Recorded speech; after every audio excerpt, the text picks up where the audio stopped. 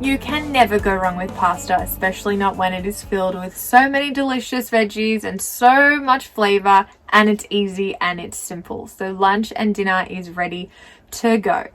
I am back in the van in my office filming this little Wellbeing Wednesday for you, and it's a really, really important one, especially given the current circumstances that we find ourselves in, and that is relationships, and more specifically, supportive relationships.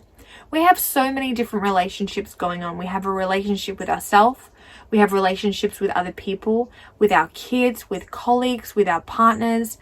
What relationships are important? And they are the ones in which are supportive and which build you up. It's really critical at any given point in your life that you reanalyze the relationships that you have. And a really good way to do that is to simply start by bringing awareness to how you feel whenever you leave a conversation with someone else. Does that conversation with that person build you up, and do you feel supported and heard and a space given to you to feel what you need to feel? And if yes, then keep that relationship around for as long as you need to. That relationship is serving you well and it's supporting you in whatever you're going through.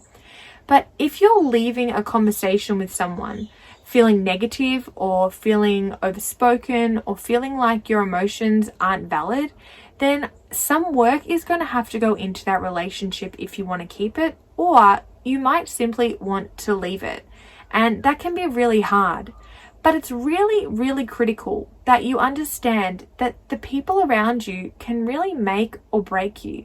And a supportive relationship is not just someone who is there when you're having a really negative time either. Often it's actually easier for people to support us when things are going poorly than when things are succeeding.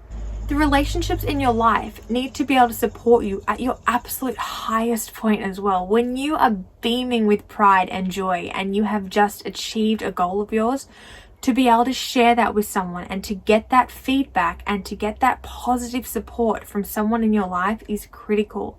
But if you have someone simply poking holes in your joy or trying to steal your thunder and overshadow it with their own news, then perhaps that's not exactly the type of person that you should be sharing your joy with. And if you can't share your joy with the supportive people in your life, then are they really that supportive? Right now, there is no better time than to really take stock of the relationships that matter. We're faced with a different time in our lives where we're trying to connect with people simply online all the time now. For a moment there, everyone was saying, get off your phones and getting off your devices because we need more in-person connections and we need face-to-face. But we can't do that at the moment, not with our current lockdown restrictions, and we're trying really hard to find new ways to build our relationships, but they're taking more of our time and more of our energy in a different way. You don't need to give your energy to anyone who isn't supporting you at your highs and at your lows. So really start to think about who is worthy of your time and who is worthy of your energy. It's not selfish to reevaluate your current relationships. It's putting yourself first so you can be better for others.